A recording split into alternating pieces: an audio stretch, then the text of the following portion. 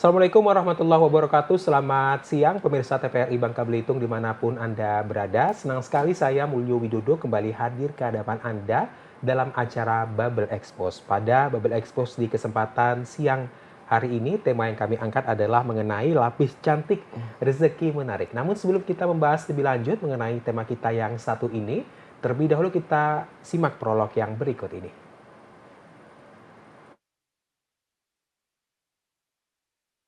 Kue lapis bukan sekedar jajanan tradisional, tetapi juga karya penuh kreativitas yang memiliki nilai ekonomi tinggi. Dari tampilan yang cantik hingga cita rasa yang khas, kue lapis mampu menarik perhatian sekaligus membuka peluang usaha bagi pelaku UMKM. Di balik setiap lapisan ada ketekunan, inovasi, dan harapan untuk meningkatkan kesejahteraan keluarga. Lalu, bagaimana usaha kue lapis bisa menjadi sumber rezeki yang menjanjikan? Mari kita bahas bersama dalam dialog bertema Lapis Cantik, Rezeki Menari. Dan telah hadir dua orang narasumber di studio TVRI Bangka Belitung untuk membahas lebih lanjut mengenai tema kita yang satu ini. Terlebih dahulu saya perkenalkan, yang pertama adalah Ibu Vincent Sia, Ibu ya? Ya, panggil Vin-Vin aja. Ibu Vin-Vin. Ya. Merupakan pelaku UMKM dan merupakan owner dari Vin's Kitchen. Selamat Betul. siang, Bu Vin. Selamat siang. Sehat ya, Bu Vin? Sehat banget. Oke. Dan yang kedua adalah Bapak, ini tidak asing bagi kawan-kawan UMKM di Bangka Belitung, Bapak Dr. Muslim L. Hakim Kurniawan yang merupakan Kabid Pengembangan Usaha Kecil, Dinas Koperasi dan UKM Provinsi Bangka Belitung. Selamat siang, Pak Muslim. Selamat siang. Gimana kabarnya, Pak? Alhamdulillah. Lancar ya, Pak ya? Lancar. Meskipun kayaknya kurang fit ya pertemuan. Betul. Karena mungkin faktor cuaca juga nih, Pak ya? Betul. Yang penting tetap semangat lah. Betul. Oke. Terima kasih Bu Vin-Vin, Pak Muslim telah hadir sebelumnya di Dialog Bubble Expose. Kita ke Bu Vin-Vin dulu nih. Bu, bisa diceritakan Bu, ini awalnya gimana nih ceritanya bisa tertarik dengan usaha kue lapis nih, Bu? Iya, jadi awal mulanya itu berawal dari kecintaan saya terhadap kuliner Bangka Belitung. Ya, jadi kalau kita di luar pulau itu kan ada satu kerinduan ya, sama makanan Bangka ya. Nah, jadi awal mulanya dari situ, kemudian saya membuat satu produk yang bisa dinikmati untuk teman-teman, keluarga gitu kan. Ternyata malah benar-benar diminati banyak orang gitu kan. Akhirnya responnya juga baik. Nah, dari situlah akhirnya saya mulai berinovasi, membuat kue lapis yang bukan hanya sebagai makanan tradisional aja, tapi bisa menjadi satu sumber penghasilan ya. Sumber penghasilan, kemudian saya melihat bahwa ada satu potensi ekonomi yang besar jika bisa kita kemas secara modern gitu.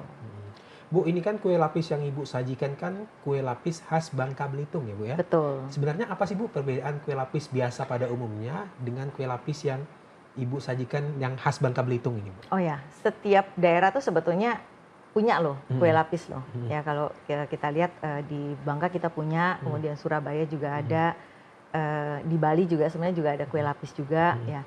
Cuman kalau bicara perbedaan ya, kalau lapis Bangka itu dia lebih lembut karena memang dari kualitas bahan, kemudian aroma mentega butternya juga lebih terasa ya. Kemudian proses pembuatan untuk kue lapis sendiri itu butuh yang namanya kesabaran. Ya, butuh sabar banget karena bikinnya itu berlapis-lapis tuh. Satu lapis demi satu lapis ya. Dan itu butuh yang namanya juga konsistensi. Nah, bedanya apa? Jadi kalau misalkan kue lapis Bangka itu dia lebih lembut, ya lebih lembut. Kenapa? Karena memang kalau di Bangka itu kayaknya butternya lebih banyak ya kita pakainya. Oke. Kemudian Bu, tampilan kan ini juga menjadi memainkan peranan penting ya, Bu ya? Betul banget. Packaging, tampilan. Ini seperti apa, Bu? Tampilan itu dapat menarik para konsumen untuk memiliki produk yang Ibu sajikan. Ya. Jadi kalau tampilan satu produk, kalau misalkan kita aja lah ya, kalau misalkan kita ke supermarket gitu, kita belanja. Kalau kita ngelihat satu produk itu kayaknya ini menarik banget ya, pasti ada rasa tuh kepengen untuk ngambil gitu ya, pengen nyoba gitu ya, pengen beli gitu ya. Jadi kalau kita bicara masalah tampilan, tentu saja tampilan itu harus bikin orang itu tertarik. Tapi selain itu ada lagi yang harus kita perhatikan, kualitas dari produknya. Jadi rasa dari satu produk itu juga penting. Itu yang akan membuat orang membeli kembali. Bu, bagaimana dari Vince Kitchen sendiri Bu menjaga kualitas, menjaga rasa dan juga pastinya tampilan ini bisa seiring sejalan nih Bu?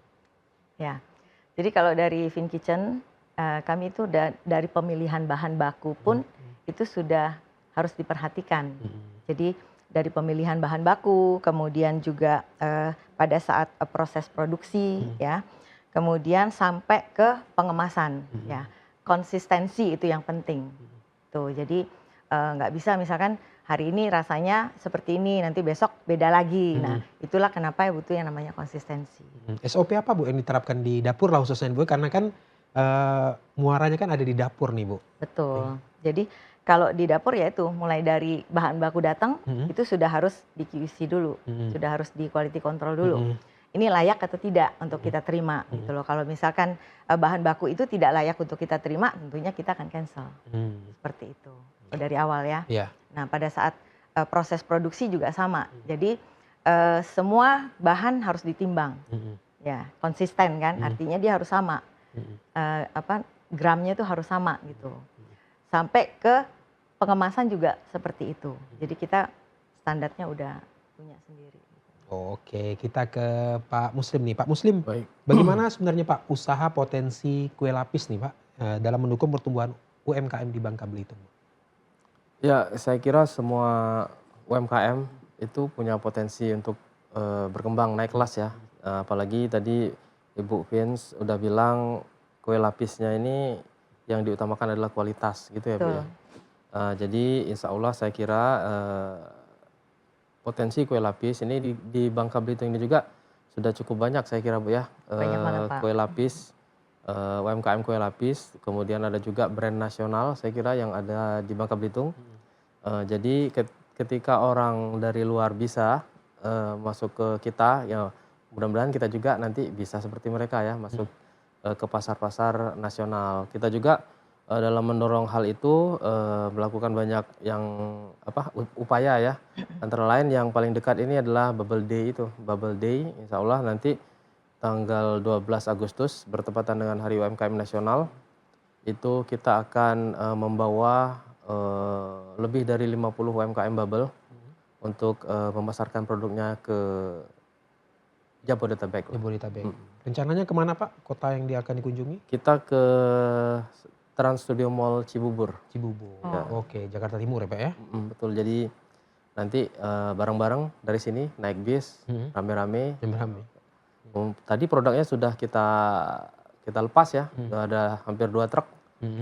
Jadi harapannya ini adalah salah satu upaya dari Pemprov ya, dalam rangka mendukung UMKM Bubble go nasional bahkan go global. Oke, Pak selain tadi memperkenalkan ke kota-kota besar ya Pak ya, saya menyebutnya di Jabodetabek, di Cibubur tadi, sebenarnya ada enggak program pembinaan lain Pak yang dilakukan oleh Dinas Koperasi dan UKM Bangka Belitung agar UMKM kita ini semakin progresif ya Pak ya, semakin percepatan bertumbuhnya ini lebih baik lagi ke depan? Oh ya tentu, kita di dinas itu selain ada bidang UMKM-nya ini, bidang UKM, ada juga balai pelatihan. Nah di Balatkop itu secara rutin ya memberikan pelatihan kepada UMKM utamanya terkait dengan manajerial terkait dengan pembukuan, karena ada survei juga nih 90% bahkan itu UMKM kita nih pembukuannya nih agak amburadul, makanya mereka sulit naik kelas ya. Literasi keuangannya itu agak susah, padahal itu salah satu poin ya yang harus mereka miliki agar bisa naik kelas. Oke, Pak sebenarnya tantangan bagi pelaku UMKM kuliner Pak di Bangka Belitung khususnya kue lapis nih Pak, sebenarnya apa sih Pak kalau dari sisi pemerintah Pak melihatnya Pak? Kalau di kita ini tantangannya saya kira mungkin Bu Vince yang lebih pas ya menjawabnya itu ya sebagai pelaku usaha langsung. Tapi secara umum, secara makro ya, kalau saya bicara makro, kita pasarnya kecil. Pasar kita kecil kan terbatas ya. Kalau kita cuma mau mengandalkan pasar di dalam Bangka Belitung. Kedua, setelah pasarnya kecil, daya belinya pun nggak terlalu tinggi di Bangka Belitung. Jadi sedangkan kita ketika mau survive itu salah satu strategi yang bisa dilakukan oleh UMKM adalah berdiferensiasi, berbeda gitu. Karena kalau sama kayak yang lain kita udah kalah di harga gitu, udah pasti Bu ya. Betul, Karena banget itu, Pak. skalabilitasnya kita ini masih rumah tangga ya gitu. Sedangkan pesaing nasional ini udah pabrik, industri itu kan. Itu secara skala ekonomis kita udah kalah gitu kan. Jadi kita harus berdiferensiasi, namun untuk berdiferensiasi ini cost-nya tentu lebih tinggi. Nah, jadi yang paling penting adalah bagaimana UMKM kita ini targeting, positioning, segmenting itu. Jadi dia harus menargetkan pasar mana nih yang mau saya sasar. Nah, langsung masuk aja ke situ. Mungkin seperti itu ya secara general. Kemudian Pak, bagaimana dukungan pemerintah daerah, dalam hal ini pemerintah Provinsi Bangka Belitung, agar produk-produk UMKM ini dapat lebih dikenal luas nih Pak? Ya itu tadi salah satunya kita upaya pemasaran ya melalui salah satunya Bubble Day, kemudian pameran-pameran yang lain kita ikut sertakan, kemudian yang terpenting juga terkait standarisasi ya, legalitas usaha ini juga penting karena ketika kita sudah skala usahanya udah naik, meningkat, legalitas usahanya pun ini ikut berbeda ya Bu ya, Betul. dari misalnya PIRT, harus naik ke MD dan seterusnya, apalagi mau jual keluar gitu kan, mempersyaratkan yang cukup kadang-kadang UMKM agak susah gitu ya untuk memenuhinya sehingga banyak yang under name gitu, dia males ngurus legalitasnya sehingga dia jual curah gitu ya, ya biar yang punya legalitasnya yang mungkin ada di provinsi lain itu yang menjualnya, itu yang kita coba dorong. Agar UMKM kita sendirilah yang menjual langsung itu ke end usernya gitu, tidak melalui perantara mungkin UMKM yang ada di daerah lain seperti itu. Sertifikasi halal juga ya Pak ya? Wah itu kalau itu wajib. Wajib. Oktober 2026 ini 17 Oktober itu wajib bersertifikat halal. Ini udah Bu ya? Sudah. Oke.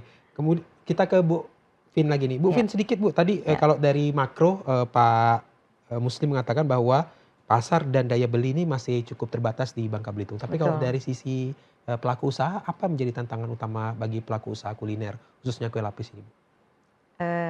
Betul yang dikatakan Pak Muslim, jualnya. Ya, jadi segmen pasarnya ya. Makanya kenapa kita butuh yang namanya untuk inovasi. Ya, jadi kayak dulu kan kita jualnya, kalau dulu kan saya jualnya lapisnya lapis basah nih. Lapis basah dan itu kan nggak bisa tahan lama. Terus banyak juga yang udah jual. Nah, gimana caranya supaya produk lapis itu bisa laku di pasaran? Artinya kita harus bisa berinovasi. Makanya lahirlah lapis Bangka Modern yang seperti tadi kita lihat di prolog bahwa ada lapis pandan kopi, kemudian ada lapis Cadbury. Nah, apa kita cukup berhenti sampai di situ aja? Enggak. Jadi kita harus inovasi terus. Ya. Kita harus lihat, memang harus kreatif ya. Dan akhirnya kalau dari Vin Kitchen sendiri, kita mulai berpikir kalau lapis itu nggak bisa tahan lama, nggak bisa dijadiin oleh-oleh yang bisa dibawa lebih jauh kan. Lahirlah yang namanya lapis cookies. Nah, seperti yang ada di depan ini. Oke, luar biasa. Bu Vivin, Pak Muslim, kita masih akan dialog lebih lanjut, tapi kita akan jeda iklan sebentar. Dan pemirsa tetaplah bersama kami, usai jeda kami akan segera kembali, tetap di Bubble Expose.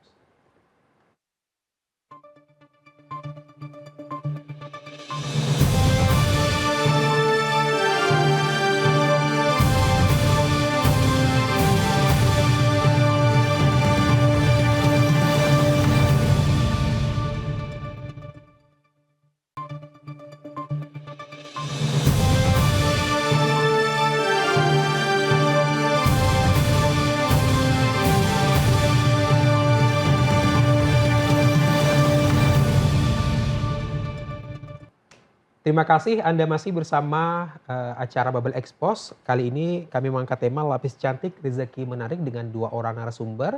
Yang pertama adalah Ibu Vincesia atau yang akrab disapa Bu Vivin. Vin maksud kami Vin ya, yang merupakan pelaku UMKM dan owner dari Vin's Kitchen. Dan yang kedua adalah Bapak Dr. Muslim El Hakim Kurniawan, Kabid Pengembangan Usaha Kecil Dinas Koperasi dan UKM Provinsi Kepulauan Bangka Belitung. Kita ke Bu Finfin lagi. Bu Finfin, tadi sedikit soal inovasi sudah di-spill nih Bu. Selain Udah. itu inovasi apa lagi Bu yang dilakukan oleh Fin's Kitchen nih Bu? Iya, jadi selain di lapis cookies ya, kita juga ada inovasi untuk di sambelingkung. Ya, sambelingkung kalau di Bangka pasti orang udah tahu tuh sambelingkung gitu kan. Yang orang tahu itu adalah sambelingkung rasanya original, betul ya Pak Muslim Betul. ya. Nah, di Fin Kitchen kita berinovasi di mana sambelingkung itu sebetulnya nggak cuma hanya original aja, tapi kita juga punya rasa lain. Ada rendang, ada gulai, kari, bahkan ada yang rasanya lempah kuning khas Bangka Belitung. Oh, Ya, luar biasa. jadi kita lihat di Nah, sini. ini udah dilihat ya Bu ya? Ya, jadi ini dia, ini lempah kuning nih. Lempah kuning memang lempah kuningnya Bangka, jadi kita bikin dia versinya adalah yang kering seperti ini dalam bentuk sambelingkung. Ini harganya berapa sih Bu? Kalau untuk sambelingkung harganya 90.000 per 90.000. pounds ya. Per ounce ya? Per pounds. Per pounds? Ya, per bungkus. Per bungkus. Ya. Oke. Ini ukuran berapa Bu? 150 gram. 150 Ya. gram. Ini bisa untuk seminggu lebih nih Bu ya? Tergantung sih. Tergantung ya? Kalau doyan setiap hari makan habis tuh. Oh, luar Sehari biasa. juga bisa habis. Karena kan dia kan bisa untuk lauk juga kan. Gitu. Oke. Oke Bu, kemudian Bu, pemasaran nih Bu. Terkait tadi ada sudah kita singgung dikit-dikit ya Bu ya pemasaran. Ya. Kemudian bagaimana pemasaran digital dan media sosial ini berpengaruh terhadap penjualan?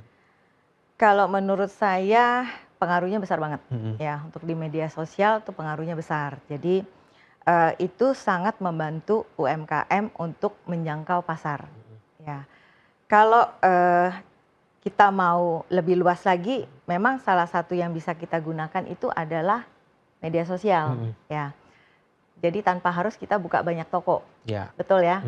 Jadi ketika kita di media sosial kita sering posting ya, sering memperkenalkan produk kita, itu biasanya menjangkaunya lebih luas. Seperti itu. Oke. Kemudian Bu, strategi menghadapi kan sudah banyak nih Bu, kue lapis, kemudian yang juga jual sambal lingkung juga. Ini Ya. apa Bu strategi untuk menghadapi apa ya kompetitor lah atau rekanan yang sejenis nih Bu? Kami sih tidak fokus bersaing harga ya, tapi kami lebih bersaing melalui kualitas dari produk, kemudian inovasi produk ya. Kemudian lagi pelayanan, pengalaman pelanggan gitu kan, jadi after service ya biasanya disebut ya. Saya sih percaya bahwa produk yang baik itu dia akan memiliki pangsa pasarnya sendiri. Jadi nggak usah pusing masalah, oh si A jual sekian, si B jual sekian, enggak. Tapi yang harus kita perhatikan itu adalah kualitas dari produk yang kita jual. Seperti itu. Bu, sebenarnya konsumen ini lebih tertarik dengan, terutama yang usaha kuliner Bu ya, lebih tertarik dengan visual yang menarik, atau sebenarnya lebih tertarik dengan rasanya nih Bu? Atau sebenarnya kedua-duanya menarik nih Bu? Saling terkait sih ya. Bisa kalau kita lihat ya seperti tadi saya sudah sempat sampaikan ya, kalau misalkan kita lihat tampilannya menarik gitu kan, seperti misalkan nih, contohnya nih kayak lapis cookies. Lihat packagingnya aja dia udah seperti ini gitu kan, tentu aja pasti menarik banget kan. Lihat gambar kuenya, kayaknya pengen nyomot gitu kan, ya kan. Otomatis orang pasti udah nyoba deh gitu kan. Ketika orang udah lihat, dia udah ngambil, terus dia nyoba, rasanya kok enak ya, besok pasti balik lagi kan. Repeat order Bu ya? Pasti. Nah, jadi antara satu tampilan produk dengan kualitas produk itu sendiri itu saling terkait. Tampilannya cantik, kalau rasanya kurang, otomatis orang nggak mungkin beli lagi. Tapi kalau misalkan tampilannya cantik, kemudian rasanya enak, orang pasti akan beli lagi. Begitu juga sebaliknya. Tampilannya nggak menarik, orang nggak mungkin mau ngambil. Kayaknya biasa aja gitu ya. Betul nggak? Padahal sebenarnya enak loh. Nah, jadi antara tampilan satu produk dengan rasa itu harus ada sinergi. Seiring sejalan ya Bu ya? Betul. Agar seperti itu. bisa semakin repeat order tadi itu Bu ya? Betul. Berulang pembelian. Oke, kita ke Pak Muslim. Pak Muslim, Ya. terkait dengan inovasi nih Pak. Sebenarnya bagaimana saran sih Pak, kok saya lihat ya Pak ya, saran dari pemerintah atau gimana mendorong lah seperti itu, mendorong para UMKM ini agar terus berinovasi nih Pak. Di tengah tantangan yang kayaknya semakin hari semakin tinggi nih Pak untuk bagi pelaku UMKM. Ya betul, jadi kalau kita dengar cerita Bu Vince tadi, bahwa kita lihat nih banyak sekali nih ragam produk dari Vin's Kitchen ya, ada sambal lingkung, lapis cookies dan seterusnya. Jadi sebenarnya inovasi itu Bu Vin juga udah cerita tadi. Dia bukan cuma produk ya.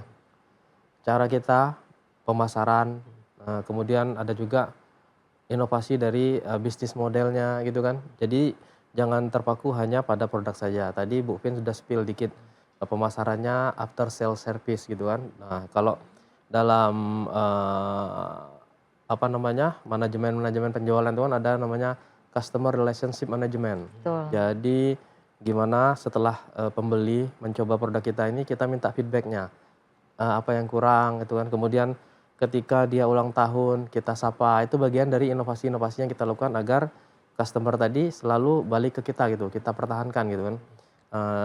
Seperti itu. Jadi jangan hanya terpaku pada produk saja, tapi inovasi ini menjadi penting karena ada survei yang mengatakan hampir ataupun lebih dari 80% UMKM itu bertahan hanya 3 tahun. Jadi di atas 3 tahun itu hampir 80% UMKM itu sudah beralih ke dunia lain gitu.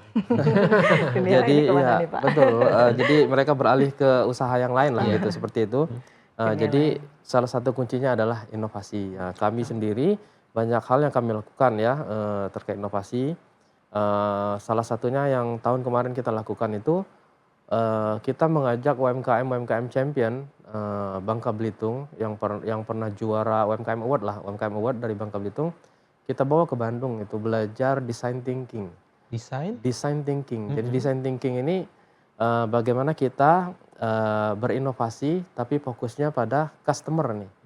Nah, jadi beda. Saya bisa bikin kue ini, saya tawarin ke customer. Beda kalau kita berangkat dari customer ini maunya apa sih? Nah, saya bisa nggak ya? Nah, ini titik berangkatnya beda ini. Nah, design thinking belajar itu. Kemarin kita membawa salah satunya Bella Spiak ya dari Belitung.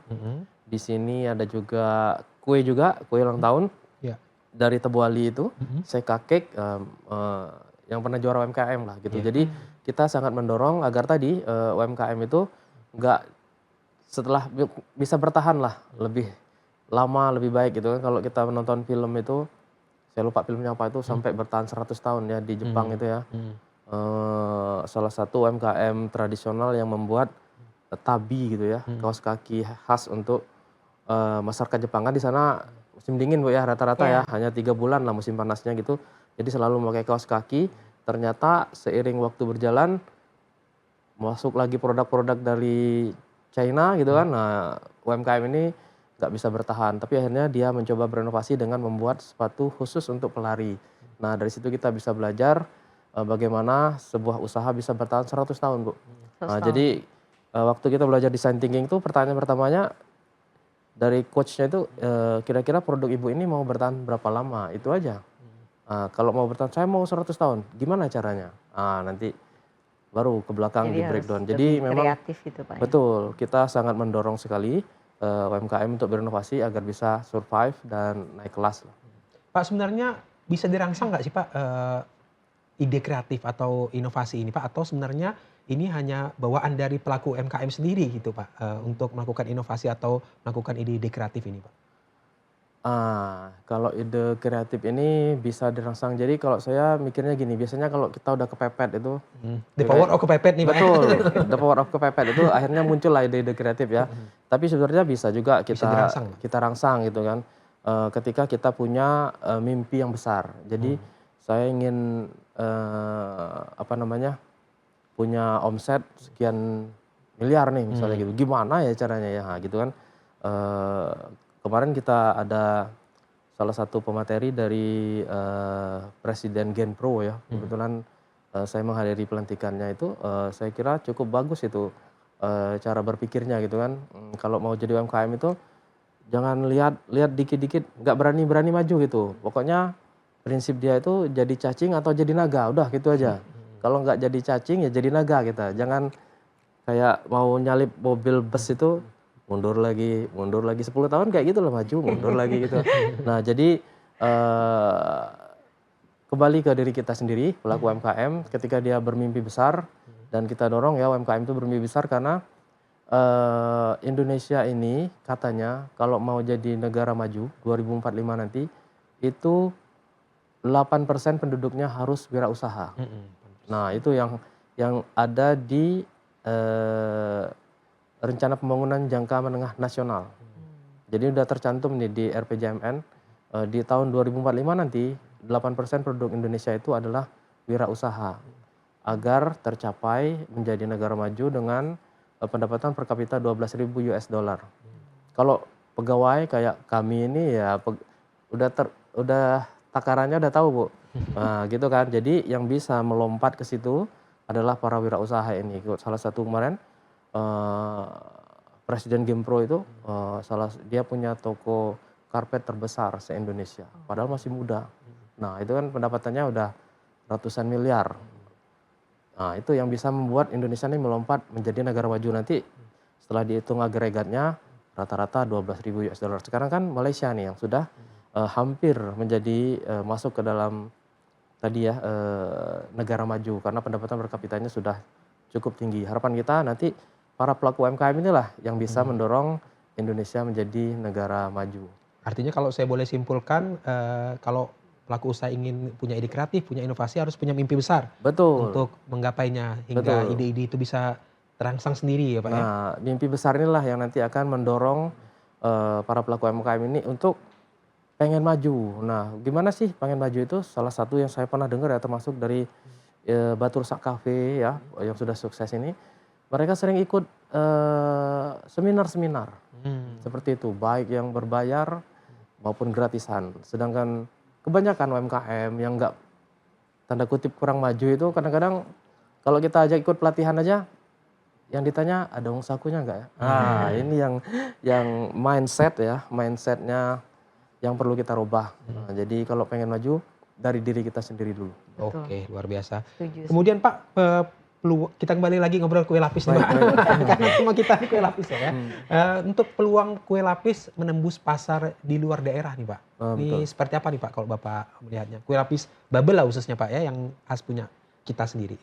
Ya tentu kalau mau keluar itu harus punya nilai ya yang kita tawarkan keluar gitu. Jadi tentu pelaku usahanya lah yang tahu apa sih nilai jual ya. Kalau dalam bahasa bisnis model Kampas itu value proposition itu. Jadi nilai apa sih yang kita tawarkan ke target customer kita ini sehingga dia rela mau membayar senilai uang itu. Nah itu yang perlu dipikirkan. Jadi ketika tadi salah satu kalau saya lihat ini adalah sembelingkung, misalnya sembelingkung ya, yang ini yang agak inovatif ya. Rasa apa tadi Bu? Kuning. Lempah Lempah kuning. kuning. Nah ini kan target buyer ini jadi penasaran dulu nih kalau udah kita posting ini kok ada sembelingkung ataupun Lempah kuning abon lah gitu ya, ya. misalnya abon kok rasa lempah kuning. Mungkin orang-orang Bangka yang sudah karena ini agak bahasanya agak Bangka nih sembelingkung, terus lempah kuning itu kan agak lokal gitu. Jadi mungkin orang-orang Bangka yang tinggal di luar gitu kan agak penasaran. Nah, seperti itu. Jadi apa namanya? Kita harus punya value proposition ya yang kita tawarkan kepada target pembeli. Oke, Bu Finvin, Pak Ustim, saya pengen coba nanti di segmen selanjutnya, tapi kita jeda iklan sebentar. Boleh. Dan pemirsa tetaplah bersama kami, usai jeda kami akan segera kembali, tetap di Bubble Expose.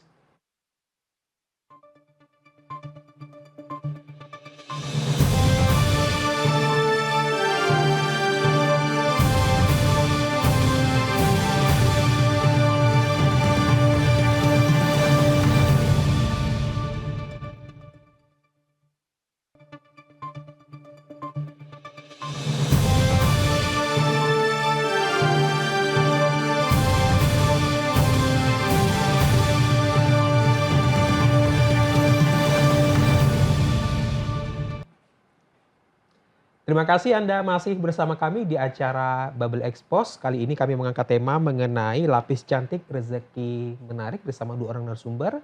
Yang pertama adalah Bu Finvin atau nama lengkapnya Vincesia yang merupakan pelaku UMKM dan merupakan owner dari Vin's Kitchen. Dan yang kedua adalah Bapak Dr. Muslim El Hakim Kurniawan yang merupakan Kabid Pengembangan Usaha Kecil Dinas Koperasi dan UKM Provinsi Kepulauan Bangka Belitung. Ibu, seperti tadi yang saya janjikan di segmen sebelumnya, kita pengen kenalan-kenalan dulu nih Bu dengan produk yang Ibu bawa pada sore hari ini ya Bu ya. Ini ada apa aja nih Bu? Mungkin bisa disampaikan. Nah, jadi Fin Kitchen tuh punya produk, ada lapis cookies ya, Lapis mungkin cookies. bisa sambil Oke, sambil sambil. kita coba aja ya. Ya, kita buka aja ya Bu ya. Ini mana Bisa bukanya? nggak? Biar saya Silakan. bantu deh. Ini harus saya gitu. Ini Vin. Ini coba Kak Cita di Buka aja lagi, buka aja. Oke. nggak apa-apa. Oke. Jadi ini lapis cookies, varian yang paling best seller itu dia adalah Cadbury cheese, jadi perpaduan antara coklat Mhm. dengan Oke, saya cek ya Bu ya. keju ya. Oh, Silakan. ini bentuknya kayak gini ya Bu ya. Ya, Ya. jadi memang dia berlapis-lapis dia, kering dia. Kering. Saya rasa ya Bu ya. Pak, silakan Pak. Oke. Silakan Pak. Bismillahirrahmanirrahim. Jadi kita menggunakan memang bahan-bahan yang berkualitas. Mhm. Jadi kalau untuk lapis cookies ini sendiri, itu bahan utamanya itu lebih banyak kuning telur sama butternya. Mhm. Justru pemakaian tepungnya tuh dikit banget. Hmm. Makanya kalau orang bilang, kok harganya segitu ya? Mm-mm. Ya memang sesuai dengan kualitasnya gitu kan. Yang kita gunakan adalah kuning telur dan butter. Mhm. Jadi penggunaan tepung tuh dikit banget. Kemudian di tengah-tengah ini dia ada yang namanya potongan coklat Cadbury-nya. Mhm. Nah di atasnya sendiri tuh ada parutan keju. Mhm. Ya jadi kalau kita lihat di sini berasa ya Pak ya, ada Berasa. coklat ya. Betul. Ya jadi memang bahan-bahannya berkualitas yang kita pakai seperti itu. Oke. Bu, selain kue-kue yang ada, kemudian ada sambal ingkung. ya, Bu? Sembelingkung, sembelingkung. Sambal ingkung. Sembelingkung tuh abon ikan khas Bangka Belitung. Hmm. Ya, nah kalau di sembelingkung sendiri itu kita punya 5 varian. Jadi mulai dari yang original. Original ini biasanya yang paling disukai sama anak-anak karena dia gurih manis, ya. Kemudian ada yang rasa rendang, ya. Jadi dia ada rasa rendang, ya. Terus ada yang rasa kari, ada juga yang gulai. Ini sedikit agak pedes, ada pedes-pedesnya, tapi nggak pedes-pedes banget. Nah, kalau mau yang paling pedes, itu lempah kuning. Oh, lempah kuning. Yang Ya, ini paling pedes nih, karena memang ini pakai cabai rawit, kemudian ada terasi Pak. Betul. Terasinya itu kita ambil dari Tobuali, terasi Tobuali. Jadi memang bahan-bahan sendiri kita ambil dari Bangka sendiri. Oke. Kalau ini Bu, apa ini Bu? Nah, itu chili oil, Chili crispy oil. chili oil ya. Apa ini chili oil Bu? Bisa dijelaskan Bu? Chili oil ini kalau biasanya orang-orang taunya minyak cabai ya. Minyak Jadi cabai. perpaduan minyak sama cabai kering. Mhm. Tapi kalau Fin Kitchen itu kita bikinnya itu di dalamnya itu ada isiannya. Mhm. Jadi kalau misalkan kayak ini kan variannya cakalang asap nih. Mhm. Nah di dalamnya itu selain ada bubuk cabenya, itu dia juga sudah ada bumbu-bumbu lainnya. Mhm. Jadi sudah lengkap dia. Iya. Ada bawang merah, bawang putih, kemudian dia ada ikan cakalangnya, ada ebi keringnya juga gitu loh. Jadi selain sebagai cocolan, dia juga bisa untuk bumbu masak Pak. Hmm. Jadi untuk tumis-tumis, kalau biasa ibu-ibu nih, males nih ya, kalau misalkan untuk kupas-kupas bawang ya, Ya. ya udah ambil ini aja, Hmm. tinggal rebus kacang panjang, tumis sama ini sedikit udah jadi gitu loh. Atau bisa juga sebagai lauk makan. Nah ini juga ada 5 varian. Mhm. Jadi Rasa apa aja? Bu? kita punya rasa yang original. Yang original itu dia udang, kemudian ada jambal, jadi ada cumi, Mhm. terus ada teri Medan, Dari Medan, ya sama ada cakalang asap. cakalang asap. Ya. Oke, Bu, yang paling favorit untuk lapis nih, Bu, apa Bu yang dari kadang-kadang para konsumen yang sering beli? Yang paling best seller itu adalah di Cadbury cheese, Cadbury cheese, kemudian oke. pandan almond, Pandan almond ini ya. sama kopi. Kopi. Nah, Ini dari Bangka semua bahannya, Bu ya? kenapa? Dari Bangka semua Ya, bahannya. betul. Oke. Bu, untuk harganya sendiri ini berapa, Bu? Kalau untuk lapis cookies di 75.000. 75.000. Ya. Kalau yang ini tadi? Yang mana? Sama, Yang sama. sama. Yang Lapis cookies kopi sama. juga sama. Kopi juga sama. Oh, untuk Ya. kue rata-rata 75.000. Ya, Tapi kalau untuk sambal ingkung Sambal lingkung di 90.000. Harganya 90.000. sama. Oke, Ya, harga sama semua, Bu. sama. Ada berapa rasa tadi, Bu? Ada 5. 5 rasa. Ya. Oke, kemudian untuk chili oil Ada 5 rasa juga. 5 rasa Ya. juga. Harganya sendiri? Kalau chili oil, kalau yang original di harga 50.000. Hmm. Kalau yang ada isinya, cumi, teri, jambal, cakalang tuh di harga 60.000. 60.000. Ya. Oke, yang paling favorit masyarakat? Sebenarnya tergantung ya. Kalau Nah. yang best seller sih yang kalau kita lihat dari traffic penjualan yang paling banyak laku tuh yang original Original, oke. sama yang cumi. Cumi. Cumi itu paling sering kehabisan kita. Hmm. Ya. Oke, luar biasa. Favoritnya banyak banget tuh yang cumi. Tapi kalau untuk yang sambal lingkung tadi, Bu, yang favorit? Favoritnya original Original, sama rendang. rendang. Ya. Oh, Oke. Kalau yang lempah kuning kayaknya karena mungkin dia agak pedes ya. Jadi Segmented Bu ya. ya segmented banget. Kalau orang Bangka gitu Iya, ya, itu pasti carinya lempah kuning. Bu, keunggulan chili oil yang Ibu sajikan dengan chili oil yang lain tuh apa Bu sebenarnya? Apakah rasanya yang berbeda atau memang khas dari bahan-bahan Bangka Belitung atau apa nih Bu? Dari rasanya memang beda. Jadi kalau kita bandingkan sama chili oil yang ada di pasaran memang beda banget. Karena kita nggak hanya menyajikan chili oil sebagai cocolan dimsum aja, tapi memang dia bisa untuk lauk, bisa untuk bumbu masak gitu. Jadi dia punya nilai lebih dibanding dengan chili oil yang ada. Seperti itu. Oke, luar biasa. Bu, Ibu menentukan varian rasa ini apakah memang riset kah atau memang searching di sosial media atau sebenarnya juga nanya langsung ke masyarakat nih Bu atau seperti apa nih? Jadi saya tuh sebetulnya lebih ke apa ya, eksperimen sendiri kali ya. Eksperimen sendiri. Jadi saya tuh suka misalnya bikin nih, nanti suami saya coba, oh enak nih enak katanya gitu kan, akhirnya kasihlah ke teman-teman gitu nyoba, oh enak, akhirnya ya udah deh coba deh kita pasarin deh produknya ini gitu. Jadi selalu tuh suami saya dulu nih, saya bikin, kalau suami saya bilang enak ya udah gitu saya lanjut gitu. Kalau suami saya bilang kayaknya kurang deh ya, nggak bisa deh ya katanya gitu, ya udah saya nggak lanjut gitu. Oke, Bu, Vince Kitchen sendiri saat ini di Bangka Belitung sudah ada berapa toko ya Bu? Kita punya satu showroom aja, saya sebut showroom. showroom karena memang saya hanya majang produk aja ya. Tapi produk Vince Kitchen itu punya mitra outlet. Ya. Jadi sudah ada di seluruh toko oleh-oleh yang ada di Bangka sama di Jakarta juga kita masuk Sudah ya. ya Bu ya? Ya, jadi di Jakarta kita udah masuk di Superstore Pak. Kita sudah ada di Grand Lucky SCBD, kemudian Total Buah, Panen Buah ada di 8 store-nya mereka.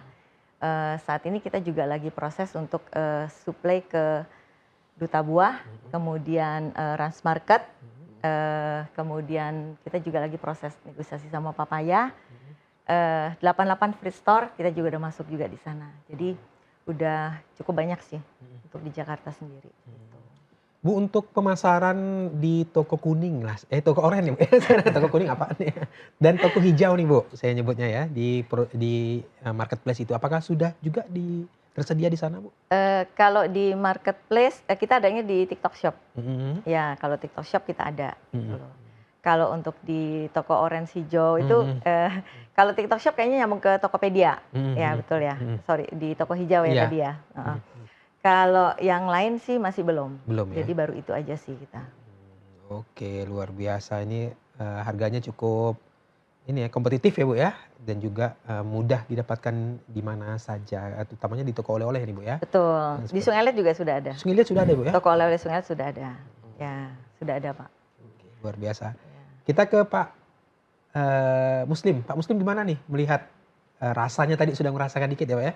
Oke. Gimana menurut Pak Muslim sebagai pemerintah?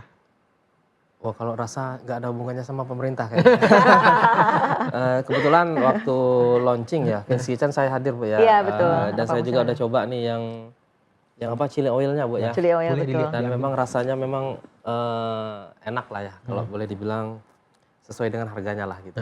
Jadi memang kelebihan dari Vince Kitchen selama yang saya lihat itu adalah dari bahan baku ya Bu ya, yang berkualitas. Packaging juga sama Pak. Packaging Jadi untuk chili oil ini kita nggak bisa packingnya tuh pakai kemasan yang plastik Pak. Betul. Karena kalau misalkan minyak di kemasan plastik itu dia biasanya terkontaminasi dari baunya plastik.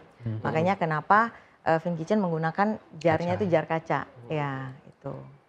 Itu penting banget soalnya deh, untuk penyimpanan. Ya. Nah dari tampilan ini kita udah bisa menilai nih target pasarnya Vince Kitchen ini siapa. Nah gitu permainan STP tadi, segmenting, targeting, positioning Bu ya. Nah dari tampilan ini kalau misalnya mahasiswa tuh kayaknya udah langsung mundur deh kayaknya.